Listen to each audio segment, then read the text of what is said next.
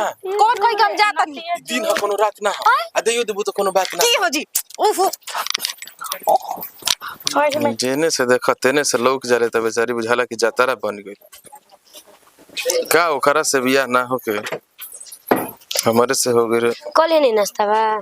हां नाश्ता बा कहली हनी चलिए और उन्हीं का हो गेल बेटे की कहां रे लगलू का करी मन से बोला तो चला तो नहीं की तो कह बोलो रही चला का ना बाटे पूछा नहीं हाँ, कितना तो जब प्यार से देखा कि तो कॉले नहीं नाश्ता बा तो कहता नहीं हां कॉली हनी तार मुर्गियो नियर बीमारे रहे के बेटे का हम बोलिए का बीमार बानी बताई ना ए कुछ जब ना आराम समांगे करे के तारा टाइम भइल बेटे तू आराम कर ना का दिक्कत बा अच्छा मैंने राउर नजर में मैंने हम बुढ़िया हो गइल बनी तू अपन माने जाने में जवाने बड़ू का नहीं ना तो चैन से बैठा सुना था नहीं बोला गजीब हाल बाटे गजीब हाल क्या हो गई मैंने आंखें से नहीं कर लोग तो होने का मर्द कहता ना सटर रहता ना सब बतियावत रहता से एगो रोरा काहे ऐसे करेनी पहले तो ऐसे ना करत रही पहले तो आप जल्दी आओ हमारी आंखें के सोझा रहो खानो खाए के बेरिया आओ तनी मनी जांगे तो खबी तबे खाई पहले उ रहे तहरे जांग बुझात थे कि आयो गिरी के जांग नहीं जांग ले बड़ू चलल बड़ू तो हिंगन करतन तब मैंने काहे छन करतन मैंने मर्दे पर न करतन के करा जरे करी बताई ना अरे तो काहे के रगड़ा ताड़ू हमरे में रगड़ल ना जाला तन चैन से बैठल जाला दूरो रहबू तो मेरा रुए कहबू करमे हमार फूट गई फूटले करम लेके आइले रहलू तो का होगी फूट ना जाई हां ठीक है अच्छा तनी दूरे रहो धस जोर के ना बैठल जाला पागल भइल बैठ त जब देखो तब अड़सौले रहती है का जाने कौन आदमी जितने उम्र ढलल जाता उतने आदमी अपन रंग रूप देखावले जाता पत्ता ना काबल कोनो को रखले बनी का हां रखले बन तोर बहनिया के और बहनी तो मुत्ती ना मुंह पर रखे का तो दूर बात बाटे ना तोरा तो तोरा पाहुन पर मुततिया तो दूसरा पर थोड़े मुती त का दिक्कत बाजी काहे झनकत रहतनी माने मोबाइल ना रखाई काहे खातिर मोबाइल रखाई जरा कहीं खातिर किन लेबनी का ई तोर नजर से दहेज आइल बा तो ना दिन भर कर जब 2 मिनट शांति से ना पढ़ सकला तो दोनों जना शांति से समझा समझाई देखा बाजी उल्टा पुल्टा मत बोला समझाई अपनी भैया देख ले जे बेल्ट बैठे माने हम तोरे पटी से बोलत है कल लड़ता जब पढ़ते तब आ तो तू हमरे उल्टे बोलता रू का जने का दिन भर कपड़े पे चढ़ रहती है बुझाता का जाने ना पूछी हम लड्डू लेके बैठल बानी जवानी देख के यहां के पागल आइल बनी आ की के औरी के देख के पागल आइल बनी तू अंड देखले बन तार बहिन के त कोई दी काहे मन जब लगे दिन त काहे झनकतनी पटकतनी तो काहे उनका खिसिया बोलता तू हो देखा एक झपट में लोट जीबू तू हो जानत नहीं खुदा बोले वो बीच में गबर गबर तो हमरा के रेट तोड़ा तोरा के बोला लटने होता दिल ने का क्या बीच में बोल तो घर में रोज कुहर कर दे तो माई खबर असली तबीयत खराब है बीमार पड़ कि ना हो रही तो जो माई के दवाई कर आपका तू का ये चिंता में बैठता ए ना बच्ची आपका मम्मी ना पता ना कौन चीज खा के हां अतहार पड़ू से मरद पैदा कर दी हनी हां अतहार बाबू बुझात रहे नु कि शिलाजीत खा के पैदा कइले बड़न तारा के तहरा तो दम दिमागे ना तहरा नहीं अपना मन बुद्धि ए बेल्टा तोरे कपड़ा पे बाजी जाना है जैसे जान लू खाली हमरे के डाटा के आजा आजा कल जब समझदारी नहीं अपने से घर में कैसे रह कैसे ना खाली दिन भर कर रहता हूं जा बोल बड़ू समझदार तू ही एक लात में लूट जेबू जाना है तो जेने से देखो ओने से चढ़ल रहता लो तनी मनी का हम एगो फोटो जूम करके देखा तनी का जाने का किस्मत रहेगी भव ही बन गई तो हई गोरी के तिजोरी ना लुटाए वाला बा हई गोरी के तिजोरी ना लुटाए वाला बा छोड़ी छोड़ी ओठल लिया ओराए वाला बा हमारो न भसुर जी से जवन ना प्यार भइल बा ना उ त हमर मर्दों से ना होई मर्द से छोड़ा ना उ त हमर गांव में जवन बॉयफ्रेंड बा से अपन बतियावत रही ओकरो से इतना प्यार ना रहे जितना हमारा भसुर जी से प्यार बा यही सोचतन के ललका मरीचा डाल के आ उ ना एकदम सिलवट्टे पर झनकार मसाला पीस के मुर्गा भूज के करेजी पथरी निकाल के आ बस पलंग तरे ध देही आ खिया जिया गजब हाल बाजी अच्छा ये बताबो लहसुन छिलत त हाथना गम खता जब मेहरारू हमार मुर्गा तू बनाए ला का माने लाज शरम नहीं खे तो लाज हो जा बैठी जा तो मोर आ का होनिया जोर जाई पिछुआड़वा का सोचिया तो हमें लाज क्या के बात पर पागल का हो कहूं चालू हो जा अरे वो ठवा के ललिया से चुएला ललैया हो लेकिन मार दे कि पशु रस चुएला मार दिका पशुला बसे का है माने अस्थिर रही मन ठीक नहीं के हमार बोका का है कि महकता नहीं हरदम पलर पलर तू कोइले रहलू का है माने हम खराब बने हैं के कहता रे का खराब बनी बनी भाई तो करे जा पे चढ़म निमन बनी तो कोई जब कहा चाहता नहीं हमने प्यार की जहर नु करते मैं काहे मर दे अपन बिहार से मैंने दो बात बतिया ना सकेला बोल ना सकेला हैं तोरा के देखो तो तार बोली व्यवहार सब बदल लगता है पहले तू ऐसे ना करत रहो जाई जैसे कहां बा जाई हटी पानी उनी पी के जाके आराम करेला उन्हें आवत नहीं घामा में से नु हमारा प्यास लागल है देखे दम उछिल अरे रौरा हाथ के ना वहां उहा के के अरे रौरा हाथ के मम्मी जी ना खाई उहा के केकरा कहता हूं मम्मी जी के कहता नहीं रानी कह अधिकार मैया के का मैं हमारा हाथ ना खाई और रौरा बनावे वाला दूध में हॉर्लिक्स डाल के खिए देता नहीं पिए के पी ले दिया मैंने लहसुन छिल दे ना खाई हमारा थे तू बाकी बारू मेरा क्या हो भौजी है की हां ए जी का कटनी जी वाह तक लइका दुआर झाकता न स कहता नहीं काहे मर दुआर झाकता न स रोहन का के हाला पीले बनी देसी हां का हाला पीले बड़ुए कनिया हां पहले तो कंफर्म रौरा करी अरे खा लो कंफर्म बनी एक कनिया ए भौजी अरे खा लो ए हमार डार्लिंग पी लो ए हमर सोना भाई प्यार खातिर नतिया अपन मर्द लम तरस जानिया ए भौजी कतना देखो, बबली तारा के प्यार कर प्यार देखो प्यार नु बड़ा भाग से मिलेला हम सब मर्द मानी के मेहरू के अपना तब कहे बाबा जी देखी दू गो बेकत बात दोनों बेकत के मिलिए जुलिए करे के चाहिए रौरा सुख दुख में ई ना अटिया निंग करा सुख ये दुख में पगलो रौरा हम ना समझाई ना अटिया। बतिया ये समझाई सुनी ना ना हां तनी जाइब नु निया चौंका जन तनी मर गेहूं बस 10 किलो 15 किलो तनी ले का जाइब भौजी जाइए पहुंचा दी ए दे सुने ने एकदम मुर्गा गमके के चाही जान जाई ह गरम मुर्गा मसाला माता पीस काजी के एकदम भौजी। रबर सेंट डाल दे सीसिया वाला एक खोल को वही सेंट डाला चाहे ना डाला तू कसो मना का दे तो हम खा लेबे सोना देखो तक ना को ये बेटा हमारा गाल का है, मजाक लगा ध्यान रखी तो। कुछ का कनी मोर देख किस पवले बड़ू जानलू नु ऐसन मरत आदमी बिलाई पूजला तबो ना मिलेला तब कहता हाथ ना मरद का कोनो बात में जाता के मार मुंह में फोंपी हुर देन के धनिया हई खाला धनिया हाउ खाला मुर्गा बनाता ना कनिया हमर लइका बा कबे ले झाका था कहता ना चाची घरे निमन चीज बनाता मम्मी कनी का रे त रुक देखता नहीं तने 2 पीस दे दिया ना कटोरिया में खा ली ही अच्छा भेजवा दे बच्ची तो खाना बनाए के मन ना करेला कहेला नु कि दूसरा कर से घरे ना बनी घर ना बना कोने दलानी पर खा ना हमरे छुए के मन ना करेला हो कुछ करे खातिर का रही दीदी जी कहीं खाते गेहुआ देवे खाते दे दिया ना गइलन जा लगा दी हां दे दे बच्ची 10 किलो बा दुआरिया में निकाल कर रखले बनी ढाबावा में हां लेके आके भेज देब ना हम भेजवा भगवान करा से कन्या के दोनों लोग के जोड़ी ऐसे ही बनो अरे ले आओ सारे दुकोर खा ली दुकोर खा के जाई बकरिया लेके इहो 2 दिन घास गड़ के लेके आइल बनी नु 2 दिन के घास खात न खिसाता रे कनी के मुंह चिकन हो गइल बाटे ले आवा हो बड़ा को खाना ले आवा तो खाना नहीं क्या बनत मम्मी जी काहे काहे से कि सब अपना मन के राजी बाटे मुर्गा बनत बाटे ऐसे काहे करत जब मुर्गा बनत के लेला मुर्गा हम का जानता नहीं के लिए ला घर में कौन हमार तक कोनो चीज में गिनती है नहीं ना 3 में ना 13 में कहाँ बा बड़ा का तनी नहीं के बुझा बड़ा का हगल खाता ई के तर बोला ताड़ू हो मर बोलो हां हमार मरद ना है मम्मी जी जन्नी मरद ना है आज मरद रहित ना तो सयान बेटी हो गइल बे अपन हइसन कैसे तो कहल लूर लुपुत भाई मुंहले पर जाई पहले ऐसन कुल ना रहवे लेकिन लूर लुपुत इनकर एकदम से ना हम का कहीं कि का भइल बाटे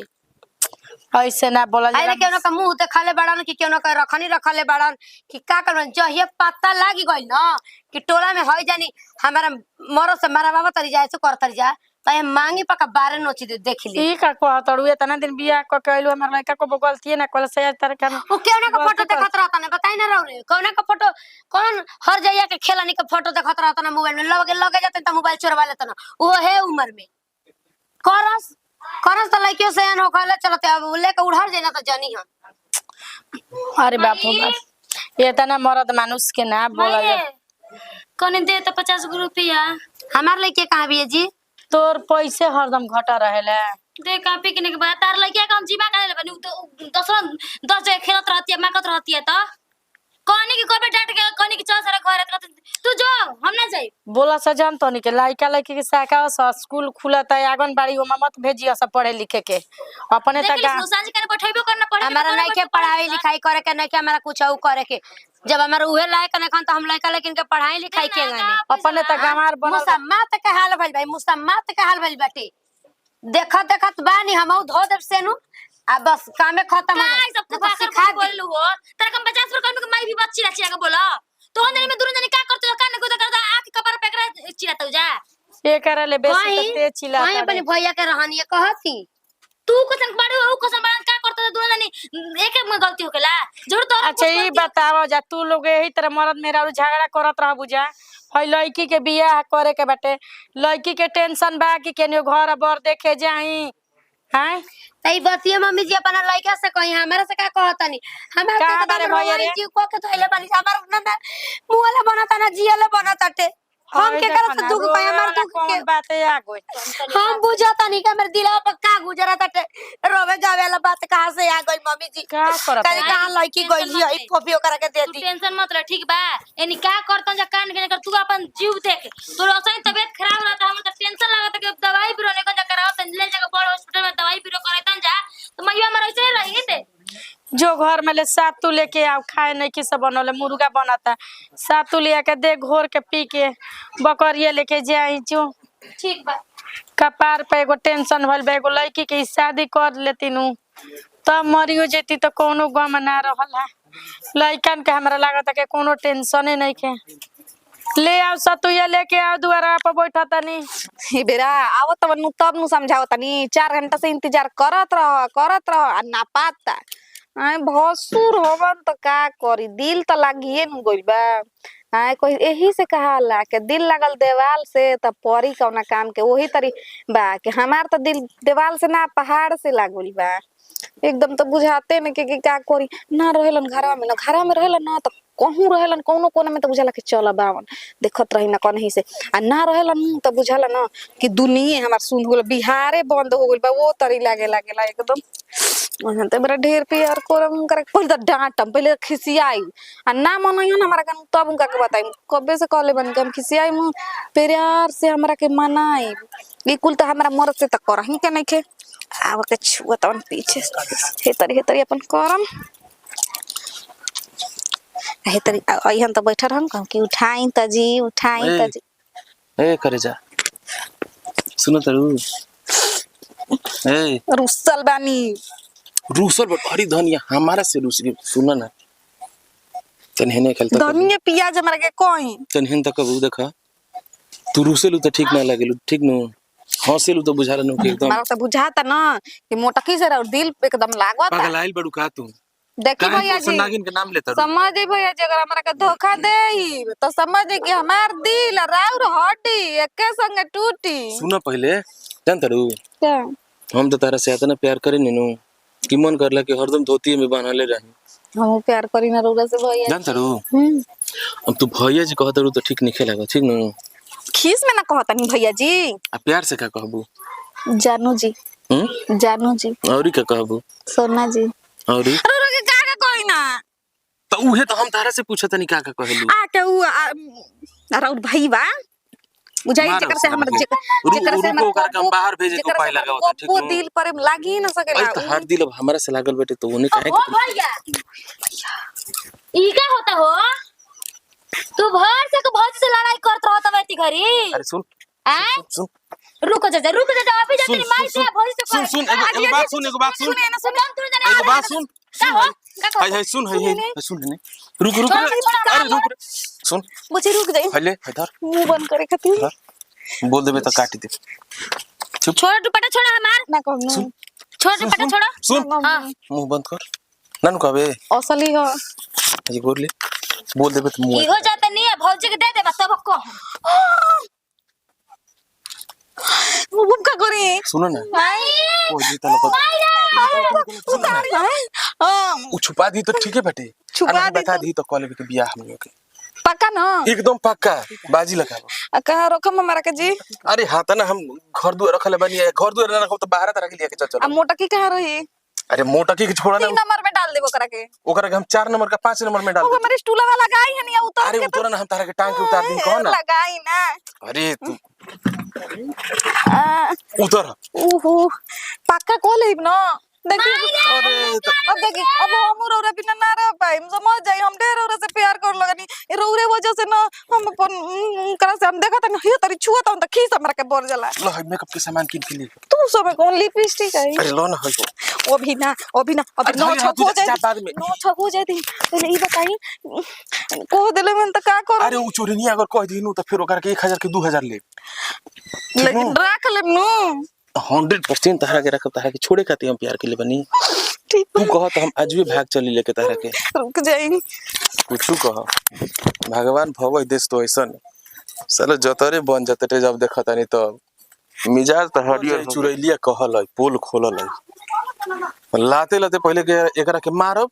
आ भव से बियाह कले। कुछ कहिए चाची जी घर परिवार एकदम खूब निमन चलता टे ना जी। देखनिया रो छोटका लइका मार नहीं, चोरी कोनिया। छोटकी पतैया के फूफी खियावत रहन। कुछ निमन नहीं के चलत हमारा घर में का भी होता जी विपत चलत है, विपत पड़ल ई बा। का कहतानी जी के विपत पड़ल बा काहे खातिर विपत पड़ल कितना हंसी खुशी परिवार बा कतनो जान जी चाची जी दुख विपत्ति आ लेकिन ई ना कहे के कौन चाहे कि हंसता विपत पड़ल बा। के हंसता गारवा में हमरा एक नहीं के हंसता के नहीं के बता। हंसत बताई त मान ली के दुख तकलीफ के कारण आवेला सुख दुख तो दोनों भाईए हटे। दुख नहीं गई बड़ा की कनिया में भी है वो अलगे रोवती है वो कर अलगे कहानी बा कहती है कि ठीक ना बोलती चाची जी बुखार बा नीमन से देखा के ली आजकल ढेर तरह के बुखार चलता का नहीं मलेरिया त टाइफाइड की पता ना का माई रे कनिया लागे अरे तो माई बियाह ना कर पाइम ना जी पाइम ओ ये दादा ओ ये मोयवा हम ना जियम ओ ये दादा भौजी बड़के भौजी ठीक कहत रही रे माई भर सक रोवत रही आए कि भैया ठीक से नहीं कर बोलत हमरा के मानत नहीं कर भैया क्या ओ ये दादा, भइल छोटकी भौजी के रखले बड़न भैया जान जो आइए भौजी तोरा बुद्धि ना भइल तनो को कहां का बोले के बाटे। अरे मई हम सही बताते रे हम एकदम रंगे हाथ पकड़ ले बनी पलंग पे सुता रहन जा अब एकदम करीब रहन जा एकदम गोदी मुंगरा बैठ रही हम कसम मई तोर क्रिया खावे कहत नहीं माई केर अमी का कहतानी कि भासुर लगे आई कोई हो भासुर भगवान। ताके ना आजकल का जमाना में आइए भौजी भौजी सही कहत कहतनी नहीं है भौजी सही कहत नहीं हम आइयो क्रिया भगवान। खावे कहत विद्या माई के क्रिया खावे कहत नहीं सही में कहत नहीं हम तो जो देखो नहीं तो हम एकदम मुंह लगा गेलो हमरा के माई 1000 रुपया दिलन भैया 500 के 2 गो दिलन को दे धर मुंह बंद करके रखिए हम कहने के पैसा ना ले पैसा फेंक देनी उनका मुंह पर हम मायनी माई कहे खातिर देख माई भैया एकदम हाथ से निकल जात अरे अब हम का करी ओकर नतिया के अपना मेहर से पेटे नहीं के भरत कहां बारे तिरछोला चिचिरा और ना समझाई ना काजी अपन घर परिवार में कैसे रह चाहिए कैसे आजकल में अरे कनिया। के अपन अपमान करत टुए ये कुल हम देखे चला तनी बेटी पतो के कि कौन कहां बा कौन कैसे रहता सही बताते हैं भौजी देखनी तो हमरा दादा हम का देखो तनी एक कनिया बताई त ऐसे तू ही का ना करत ई का करत सब दोनों भाई, छोटका ए भाई, कनुआ बोला कहाँ भाई रे अरे आगे दे अरे बाबूआ जी आई अब त मेहरारू से हाथ धोइए देनी ठीक बात होता नो हैं कनी हां तर मौगी का तरह बड़का भैया कर रखले बाड़ी तारा के तू हो ना भगलू एक कनिया ई कुल का तू बोला ताड़ू हो बिना मतलब सुन ले पहले बात सुन अगला हाली सौतिया पर खेत मत दिए जान जो हम घास काटे गोनी है हाय बेटा वो कजे मैंने मेहरारू भागत आई खेत के बात बतिया बतारन मेहरारू भागती के मेहर भागती है राउर ना भगलू रे मेहर छोड़े बबिया और खेत के बात के हेजी मत दी होजी मत दी है अपन घर देखा पहले का दूसरा के भंबल ये नु कहा जा भौजी जा तू अपना घरे जा हमारा का मतलब है मेहरारू कोई संगे भागो कुछ करो का है सुन आ तार ससुर रखले बा बुढ़िया के उ लेके कहा अरे नतिया बाण पहिला बावन कोई कर रख लेला जाए कनिया जा घर राउरो नहीं खी करा यार ये कामे बा सुबह चलो मुंह के घर का बोल बा के घर का घटना घटल बा काहे के बेसिकली से हैं ये तो सखी ही अरे उआई रलिया मांगे छिरा मना बोहिया बना वही चीरा बना हम का जाना तनी आई देख का कहती है हम हमरा का कुछ समझ में नहीं के आवत काहे? भैया हम कौन देखनी है नु कि बड़का भैया नु छोटकी भौजी के कोरा में लेके बैठ रहा भैया हाँ कौन नहीं नु के माई समझाते नहीं कहे भैया तो हमरा के 1000 रुपया दिलन कतन के मत कहिए चुपचाप लगाइले रहो हमरा के मारे कतन मारे मगर कह देबिस त हई हर मई हम भाई हम क्रिया का कहते माई के क्रिया का कहते नहीं हई छल को दलन हम ना हैं? देखनी है कुछ हुए बच्चा हम ना देखनी है ना रहा तो चल जल्दी चल तहे पट के मन सौदा बनाओ तड़ू हैया बोला। बड़े का भैया हमरा के मत कर मारे लगियो जा तू शांत रहो जोर सच्चाई ये पकत रहे तो सामने पके के हम काम चल हम विद्या में के क्रिया का कहते हैं सही कहते नहीं चल ना ये दूध के दूध पानी पानी होई चल अरे कहां भी बोलाओ ये उठ अरे रुक न तिया हम तबीयत चलो तू चलो माई के तबीयत ठीक नहीं केनु हो उलाई तो ठीक बा चल आओ भैया भैया अब माई माई गुरी गुरी तो सुन दिमाग मत खराब कर कहत माई एगो चुम्मा में का हो जाई अरे तो बाद में ले ले फिर कौन कोई काम जाता नहीं दिन ह कोनो रात ना हो आ देयो देबू तो कोनो बात ना की हो जी उफ बा रे भाई बा अरे मर्द हम जाई तू तो मर्द हो अरे मर्दवा तू तो भेड़वा निकल अरे मर्दे हैं अपन उम्र निकल मर्द दादा के उम्र का हो गेल बाबू के उम्र का हो गेल अरे बड़ा का करे तोर मारो मर गोल बिया है अरे हमारे खातिर मर गेल बाबूजी ए हीरो का पूरा हाथ हले नु बड़े रे ना हम नहीं बुरा साल करे बात छोड़ी छोड़ी अपन भता के ठीक लगा तो की छोड़ी ए भाई समझा दे क्या कहता है समझ ले कोमर खाए के मन करता हैं ए जल काय तू शांत रह बोला बोला के हमनी के कसम क्रिया कुल खा लेले बोला बोला के ए भाजी का चिल्लानी हर जाई बिना आओ मतलब भौजी छोड़ दे कौन तू अपना के छूटा कौन माजा में तू कमी कर रहा कि भैया हमारा बहन पर टाका टोलने पड़े बोला ये पति जी का कर अरे हटो ना अरे हमार गति सब क के रख दिया अरे हटी ना हेने अरे तू तो बता फिर जाने ला अरे क्या आइए मम्मी जी आइए मम्मी जी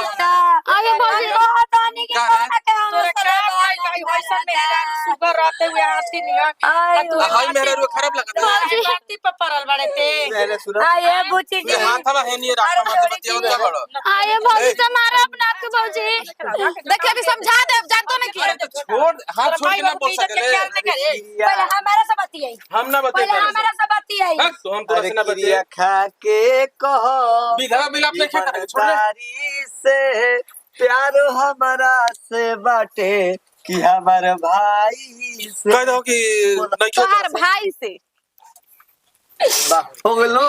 एक बार खो जाती है पहले ही कॉल रहती तू ही रह गई रहती चुप हां ये रायन जो दीदी ढेर मत तोरा बोली रहो तोरा के हम छोड़ देनी अभी ये रही बेटी के मुंह नहीं की देखो तानी की बताओ आज लड़के देखी तो का कही बाजारो के पहले बात ओए माई हां किरार का हो गई माई अगर हमारे माई के कुछ हो जाए तो जाकर जीवन ना छोड़म बुझाई ले जाना बुची जी ठेलो पानी कमार आए मत सेलून चाची मम्मी जी उठे चुपचाप बेकार के हॉस्पिटल तू लेके जो अच्छा नतिया का होते चुके का तू? पोस पाल के कोई ए, होते गो तू सेनु का बागा धरा गइल तू कहां से सुन लेलू हो भौजी बाबा जी लिए बाल्टी का पानी है ये सेलून हमर धोई जा हमर घर हम कहा जाई हम पटरी में बेल्डिंग मारे और जाई ले ली का करा